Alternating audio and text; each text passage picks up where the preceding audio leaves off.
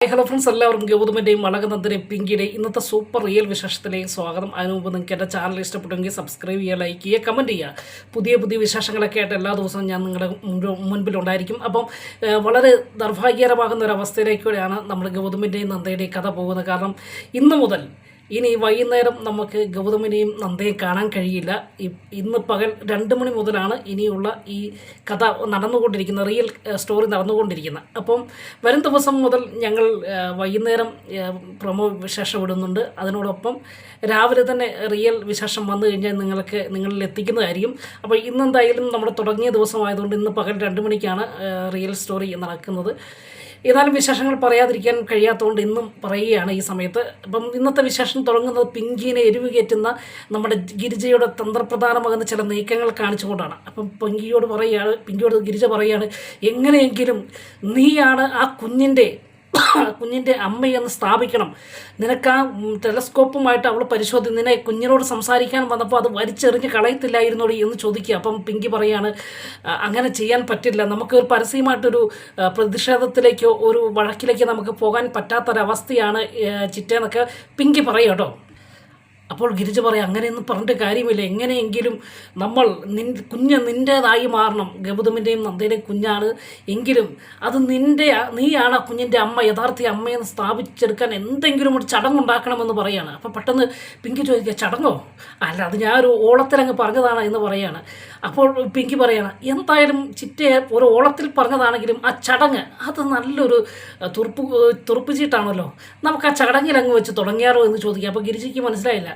അപ്പോൾ ചോദിക്കുക, എന്താണ് മോളെ നീ ഉദ്ദേശിക്കുന്നതെന്ന് ചോദിക്കുക. പറയാം, ഈ അമ്മ നമ്മുടെ നാട്ടു നടപ്പും പ്രകാരം ഗർഭിണിയായ പെണ്ണിനെ കാണുവാൻ വേണ്ടി പെണ്ണിൻ്റെ വീട്ടുകാരും മധുരപലഹാരങ്ങളുമായിട്ട് ഒരു ചടങ്ങില്ലേ, അതായത് വയറ് കാണൽ ചടങ്ങ്, അതങ്ങ് നടത്തിയാലോ? അപ്പോൾ കൂടുതലായിട്ട് ഇന്ദീവരം തറവാട്ടിൽ എന്നെ കാണുവാൻ വേണ്ടി എൻ്റെ വീട്ടുകാർ വരുമ്പോൾ അത് അവർക്ക് നന്ദയ്ക്കേക്ക് നല്ലൊരു തിരിച്ചടിയായിരിക്കും. അപ്പം ഇന്ദീവരം തറവാട്ടുകാരും അത് അംഗീകരിക്കും. അങ്ങനെ ഞാൻ തന്നെയാണ് ഈ കുഞ്ഞിൻ്റെ യഥാർത്ഥ അമ്മയെന്ന് സ്ഥാപിച്ചെടുക്കുവാൻ ഇതിലൂടെ കഴിയുമല്ലോ എന്ന് പറയാം. അപ്പോൾ ശരി, ഗിരിജ പറയാണ്, അതും ശരിയാണല്ലോ, നല്ല ബുദ്ധിയാണല്ലോ മോളെ എന്ന് പറയാണ്. അപ്പോൾ പറയും, എന്നാലും ഒരു വിഷയമുണ്ടല്ലോ, മോളുടെ വീട്ടിൽ നിന്ന് ആരാണ് വരുന്നത്? വനജ ചേച്ചിയാക്കി ഈ നാട്ടിലില്ലല്ലോ, എന്ത് ചെയ്യും എന്ന് ചോദിക്കുക. അപ്പം നമ്മുടെ പിങ്കി പറയാണ്, അത് സാരമില്ല, നമ്മൾ അച്ഛനെ പപ്പായനെ ഇങ്ങോട്ട് വരുത്തിയാൽ മതി. അതുപോലെ പപ്പാനെയും അതിനോടൊപ്പം ആരെയും ആൻറ്റിമാരെ ചിട്ടി അറേഞ്ച് ചെയ്താൽ മതി എന്ന് പറയുകയാണ്.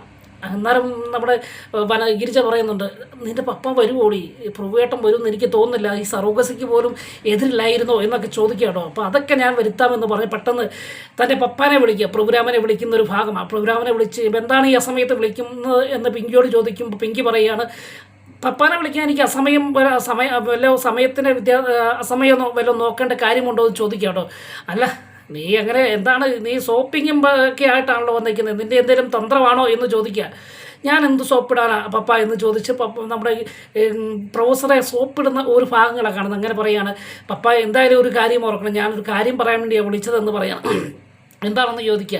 എന്നാൽ ഞാൻ ഗർഭിണിയാണ് എന്ന് പറയുകയാണ്. ഗർഭിണിയായ കാര്യം ആ പപ്പായ്ക്ക് അറിയാമല്ലോ എന്ന് പറയാം. അതെനിക്കറിയാമല്ലോ, മാത്രമല്ല നീ കാണിച്ച ഈ സറോഗസിക്ക് വേണ്ടി കാണിച്ച എല്ലാ കൊള്ളായ്മയും എനിക്കറിയാം, എനിക്ക് തൊലി ഉരിയുമാണ് എന്ന് പറയുകയാണ്. ഈ സമയത്ത് നമ്മുടെ പ്രോഗ്രാമിനെ സോപ്പിട്ട് പിങ്കി പറയുകയാണ്, പപ്പ അതൊക്കെ കഴിഞ്ഞു പോയ കാര്യങ്ങൾ പോട്ടെ, അത് മനസ്സിലാക്കണമെങ്കിൽ ഒരു പെണ്ണിന് മാത്രമേ മനസ്സിലാക്കാൻ കഴിയത്തുള്ളൂ, അതുകൊണ്ടാണല്ലോ അമ്മ എൻ്റെ കൂടെ നിന്നത്. ഇപ്പോൾ എനിക്ക് പപ്പ ഒരു സഹായം ചെയ്യണമെന്ന് പറയുകയാണ്. അപ്പോൾ എന്താണെന്ന് ചോദിക്കുമ്പോൾ, പപ്പ എൻ്റെ വീട്ടിലേക്ക് ഇന്ന് വരണം, എന്നെ കാണുവാൻ വേണ്ടി, ഞാൻ ഗർഭിണിയായിട്ട് അറിഞ്ഞ ആ സന്തോഷം ആ ഒരു സന്തോഷം പങ്കിടാൻ വേണ്ടി പപ്പ ഇങ്ങോട്ട് വരണമെന്ന് പറയാം.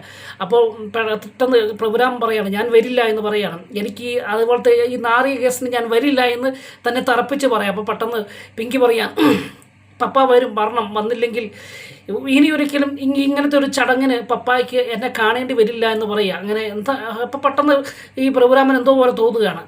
ഞാൻ ഈ ചടങ്ങിന് പപ്പ വന്നില്ലെങ്കിൽ, എന്നെ വയറ് കാണൽ ചടങ്ങിന് വന്നില്ലെങ്കിൽ ഞാൻ അർജുൻ പോയ സ്ഥലത്തേക്ക് തന്നെ പോകും, അത് പിന്നെ പപ്പായ്ക്ക് വലിയ സങ്കടകരമാകും എന്നൊക്കെ പറഞ്ഞ് പപ്പാനെ ഭീഷണിപ്പെടുത്തുക. അതായത് താൻ മരിക്കും, ഈ പ്രസവത്തോടു കൂടി ഒരു പക്ഷേ ഞാൻ മരിച്ചാൽ പപ്പായ്ക്ക് എന്നെ കാണാൻ പറ്റാത്തൊരവസ്ഥ വരും എന്നൊക്കെ പറഞ്ഞ് എന്തായാലും പ്രഭുരാമനെ സോപ്പിട്ട് പിടിക്കുന്ന പിങ്കിയുടെ തന്ത്രപ്രധാനമാകുന്ന നീക്കങ്ങൾ ഒടുവിൽ പിങ്കിയുടെ പപ്പ വരാമെന്ന് സമ്മതം മൂടുകയും അങ്ങനെ ഇത് കേട്ടുകൊണ്ട് നിന്ന ഗിരിജ ചോദിക്കുക എന്ത് പറഞ്ഞു മോളെ പപ്പ എന്ന് പറയാം. പ്രഭുവേട്ടൻ വരുമോ എന്ന് ചോദിക്കും. പപ്പ വരുമെന്നൊക്കെ പറഞ്ഞ് സന്തോഷം നിൽക്കുന്ന ചില നിമിഷങ്ങളൊക്കെ ആണോ.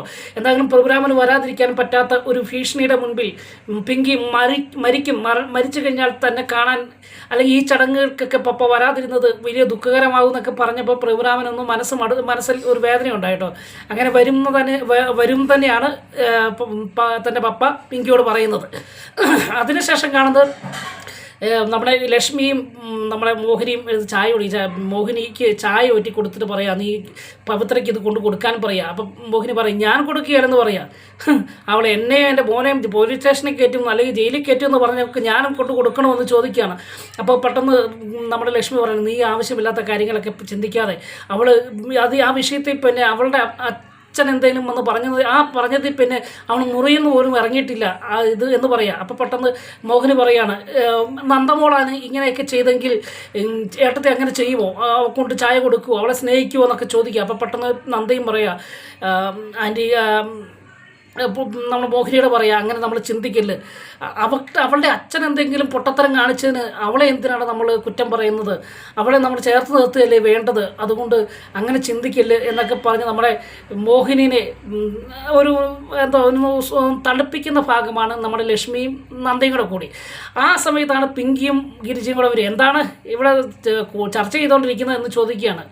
അപ്പോൾ പെട്ടെന്ന് ഗിരിജയാണ് ചോദിക്കുന്നത്. അപ്പം ലക്ഷ്മി പറയും ഗിരിജയ്ക്ക് എന്താണ് വേണ്ടത്, കാപ്പി കുടിക്കാനാണോ, അതേ കാപ്പി ഇരിക്കുന്നിടത്ത് കുടിക്കാനും പറയാം. എനിക്ക് വേണ്ട എന്ന് പറയുകയാണ്. അങ്ങനെ വല്ല നിരാഹാരത്തിലാണോ എന്ന് മോഹിനി ചോദിക്കുക. അതല്ല എനിക്കൊരു 10 മിനിറ്റ് കഴിഞ്ഞ് മതി എന്ന് പറയുകയാണ്. അപ്പോൾ പെട്ടെന്ന് എനിക്കൊരു കാര്യം പറയാനുണ്ട് എന്ന് പറഞ്ഞ് പെട്ടെന്ന് നമ്മുടെ പിങ്കിയും കൂടെ വരിക. അപ്പോൾ എന്താണെന്ന് ചോദിക്കുക. അപ്പോൾ പറയുകയാണ് നാളെ ഇന്ന് എൻ്റെ പപ്പായും ആൻറ്റിമാരൊക്കെ ഇങ്ങോട്ട് വരുന്നുണ്ട് എന്ന് പറയുകയാണ്. അതിലിപ്പോൾ എന്താ എന്ന് ചോദിക്കുകയാണ്. അതൊരു വയറ് കാണൽ ചടങ്ങായിട്ടാണ് എന്ന് പിങ്കി പറയുകയാണ്. അപ്പോൾ പെട്ടെന്ന് എല്ലാവരും ഞെട്ടിപ്പോവുക. അപ്പം ലക്ഷ്മി ചോദിക്കുക അതെന്താ മോളെ അങ്ങനെ എന്ന് ചോദിക്കുക. അപ്പോൾ നന്ദയ്ക്ക് ഒരു ഞെട്ടലാണ്. നന്ദ പറയാണ് പിങ്കി അതിൻ്റെ കാര്യമുണ്ടായിരുന്നോ, നിൻ്റെ വയറ്റിൽ കിടക്കുന്ന എൻ്റെയും ഗൗതംസാറിൻ്റെയും കുഞ്ഞല്ലേ, അപ്പം നിൻ്റെ വീട്ടുകാരെന്തിനാണ് വരുന്നത് എന്ന് ചോദിച്ച് നന്ദയും എതിർക്കുകയാണോ. ഒടുവിൽ പിങ്കി തൻ്റെ തീരുമാനത്തെ അടിയുറച്ച് പറയുകയാണ് ഇല്ല പപ്പ വരും, എൻ്റെ വയറ്റിൽ കിടക്കുന്ന ഞാനാണ് ഗർഭിണിയായത്, അതുകൊണ്ട് തന്നെ എൻ്റെ പപ്പ എന്നെ കാണാൻ വരും. നിങ്ങൾക്ക് മനസാക്ഷി ഉണ്ടെങ്കിൽ ലക്ഷ്മിയമ്മ ഇതിന് സഹകരിക്കണം, അതിന് സമ്മതം മൂളണം എന്ന് പറയുക. അങ്ങനെ ലക്ഷ്മിയെ കൊണ്ടും അതുപോലെ മോഹിനിയെ കൊണ്ടും പിങ്കിയും ഗിരിജയും കൂടെ ആ തീരുമാനത്തിൽ അല്ലെങ്കിൽ തൻ്റെ അച്ഛനും ആൻറ്റിമാരും വരുമ്പോൾ സ്വീകരിക്കുവാൻ നിർബന്ധിക്കുന്ന ചില രംഗങ്ങളൊക്കെ ഈ സമയത്ത് നന്ദയ്ക്ക് വലിയ ഷോക്കായി പോകും കേട്ടോ. ഈ ലക്ഷ്മിയും മോഹിനിയും ഒക്കെ അവരുടെ വാക്ക് കേൾക്കുന്നത് കണ്ടപ്പോൾ നന്ദയ്ക്ക് വലിയ സങ്കടമുണ്ടാവുകയും അങ്ങനെ ഒടുവിൽ നന്ദ അകത്തേക്ക് കയറി പോകുന്ന സമയത്ത് പിങ്കിയോട് പറഞ്ഞു പിങ്കി നിൻ്റെ ഈ നാടകങ്ങളൊക്കെ എനിക്കറിയാം, നിൻ്റെ മാത്രമാണ് ഈ കുഞ്ഞ് എന്ന് സ്ഥാപിച്ചെടുക്കുവാനുള്ള നിൻ്റെ ഈ നാടകങ്ങളൊക്കെ അത് കയ്യിലിരിക്കത്തേ ഉള്ളൂ. ഇപ്പം ഞാൻ സമ്മതിക്കുന്നത് എൻ്റെ കുഞ്ഞിന് വേണ്ടി ഞാൻ സമ്മതിക്കുകയാണ്. പക്ഷേങ്കിൽ ഒരു കാര്യം നീ ചിന്തിക്കണം, കാക്ക കുളിച്ചാൽ കൊക്കാകില്ല എന്ന ഒരു കാര്യം നീ ഓർത്തോണം എന്ന് പറഞ്ഞ് അവിടെ നിന്ന് പോകുന്ന ഭാഗം. അതായത് നിൻ്റെ കുഞ്ഞ് നിന്നെ എന്തൊക്കെ നീ നാടകം കളിച്ചാലും നിൻ്റെ വയറ്റിൽ കിടക്കുന്ന കുഞ്ഞ് എൻ്റെ കുഞ്ഞാണ് എന്നൊരു മുന്നറിയിപ്പ് കൊടുത്തിട്ട് പോകുന്ന ഒരു ഭാഗങ്ങളൊക്കെയാണ് ഇന്നത്തെ എപ്പിസോഡ് ആ ഭാഗത്ത് കാണുന്നത് കേട്ടോ. അതിനുശേഷം പിന്നെ കാണുന്നത് നമ്മുടെ പവിത്രയുടെ അച്ഛൻ ഇങ്ങനെ എവിടെ കടയിലിരുന്ന് പാർലറിൽ നിന്ന് ജ്യൂസ് കുടിക്കുന്ന ഭാഗം സജയനുണ്ട്.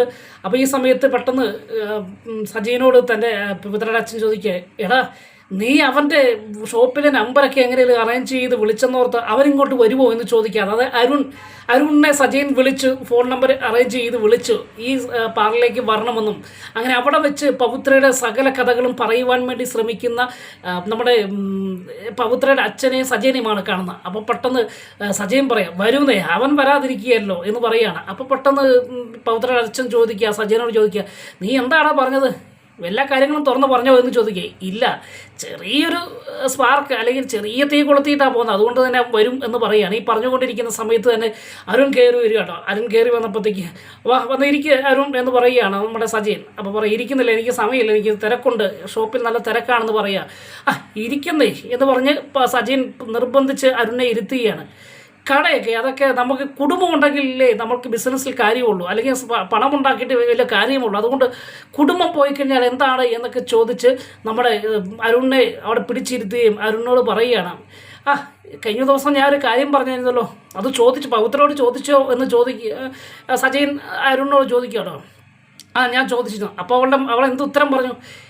അവളൊന്നും ഉത്തരം പറഞ്ഞില്ല എന്ന് അരുൺ തിരിച്ച് മറുപടി പറയാം കേട്ടോ. ഈ സമയത്ത് പറയല, അത് പറയാൻ പറ്റത്തില്ലല്ലോ എന്ന് പറയുകയാണ്. നിങ്ങൾ അങ്ങനെ അരുണിൻ്റെ മുൻപിൽ ചെറിയ കൊത്തും കോളും വെച്ച് പവിത്ര മോശക്കാരിയാണെന്ന് പറയുകയും അങ്ങനെ പവിത്ര നിന്നിൽ ഒരുപാട് കാര്യങ്ങൾ മറയ്ക്കുന്നുണ്ടെന്നും ഞാൻ ആരാണ് എന്ന്, സജയൻ എന്ന വ്യക്തി ആരാണെന്ന് പവിത്ര മറയ്ക്കുകയും ചെയ്യുന്നത് അത് വലിയൊരു അഭിഹിതത്തിൻ്റെ കാര്യമല്ലേ എന്നൊക്കെ പറഞ്ഞ് അരുണിൻ്റെ മനസ്സിൽ ഇങ്ങനെ സംശയത്തിൻ്റെ വലിയൊരു വിഷം കുത്തിവെക്കുന്നൊരു ഭാഗത്ത് ഈ സമയത്ത് പെട്ടെന്ന് അരുൺ പറയാണ്, നിർത്ത്, ഞാൻ പറയാം, ആ പവിത്ര എന്താണ് പറഞ്ഞതെന്ന് ഞാൻ പറയാമെന്ന് പറഞ്ഞ് നമ്മുടെ അരുൺ അവിടെ തൻ്റെ കയ്യിലിരുന്ന ഫോൺ എടുത്തിട്ട് പറയുകയാണ്. ആ സമയത്ത് ശരിയാണ്, ഞാൻ ചോദിച്ച സമയത്ത് സജയൻ ആരാണ് എന്ന് ചോദിച്ച സമയത്ത് പവിത്ര ഒന്നും പറഞ്ഞില്ല. പക്ഷേങ്കിൽ ഞാൻ ഉറങ്ങിപ്പോയ സമയത്ത് പവിത്ര തൻ്റെ ഫോണിൽ നിന്ന് എനിക്കൊരു മെസ്സേജ് അയച്ചിരുന്നു, അതാ ഞാൻ കേൾപ്പിക്കാമെന്ന് പറഞ്ഞ് സജയൻ്റെയും അതുപോലെ നമ്മുടെ പവിത്രയുടെ അച്ഛനെയും കേൾപ്പിക്കുന്ന ഒരു ഭാഗമാണ്. അതായത് പിന്നെ കാണിക്കുന്ന ആ പൂസായി കിടന്ന് ഉറങ്ങിയ അരുണിന് നമ്മുടെ പവിത്ര നേരിട്ട് പറയുവാൻ കഴിയാത്തത് കൊണ്ട് കഴിഞ്ഞ കാലത്തെക്കുറിച്ചുള്ള കാര്യങ്ങളെക്കുറിച്ച് പറയുകയാണ്. തൻ്റെ അച്ഛൻ എനിക്ക് അറിവില്ലാഞ്ഞ സമയത്ത് സ്വത്തും പണവും പ്രതീക്ഷിച്ച് സജയൻ എന്ന വ്യക്തിയെ കൊണ്ട് എന്നെ കെട്ടിക്കുകയും താലി ചാർത്തുകയും അതിനുശേഷം സജയൻ ഗൾഫിന് പോയ കാര്യങ്ങളും ഒക്കെ പറയാം. അല്ലാതെ ഞങ്ങൾ തമ്മിൽ യാതൊരു ബന്ധവുമില്ല. ഇന്ന് ഞാൻ ഇത് മറച്ചു വെക്കുന്നത് സജയൻ എൻ്റെ അച്ഛൻ കാരണമാണ്. സജയൻ എന്ന ആ വ്യക്തിയെ വെച്ചുകൊണ്ട് എൻ്റെ കുടുംബജീവിതം തകർക്കുവാൻ നോക്കുകയാണ് എന്നൊക്കെ പറഞ്ഞ് നമ്മുടെ പവിത്ര രാത്രിയിൽ തന്നെ ഒരു മെസ്സേജ് അയച്ചായിരുന്നു. ആ മെസ്സേജ് നേരെ സജയനെ കേൾപ്പിക്കുകയും സജയൻ്റെയും അതുപോലെ പവിത്രയുടെ അച്ഛൻ്റെയും സകല പ്ലാനുകളും പൊളിച്ചെടുക്കുന്ന ഒരു രസകരമാകുന്ന നിമിഷമാണ് കാണുന്നത്. ഇതിനുശേഷം കാണുന്നത് നമ്മുടെ നമ്മുടെ അങ്ങനെ അരുൺ അവിടെ നിന്ന് എഴുതേക്കുക. അതുകൊണ്ട് പവിത്രയുടെ അച്ഛനോട് പറയാൻ കാര്യം മനസ്സിലായല്ലോ. അപ്പോൾ നിങ്ങൾ എന്തൊക്കെ പറഞ്ഞാലും പവിത്ര എൻ്റെ ഭാര്യ തന്നെയാണ്, അവൾ പവിത്ര തന്നെയാണ്. നിങ്ങൾ സ്വത്തും പണവും കണ്ടുകൊണ്ട് ഈ സജയനെ കൊണ്ട് അവളുടെ കഴുത്തിൽ ഒരു താലി ചാർത്തി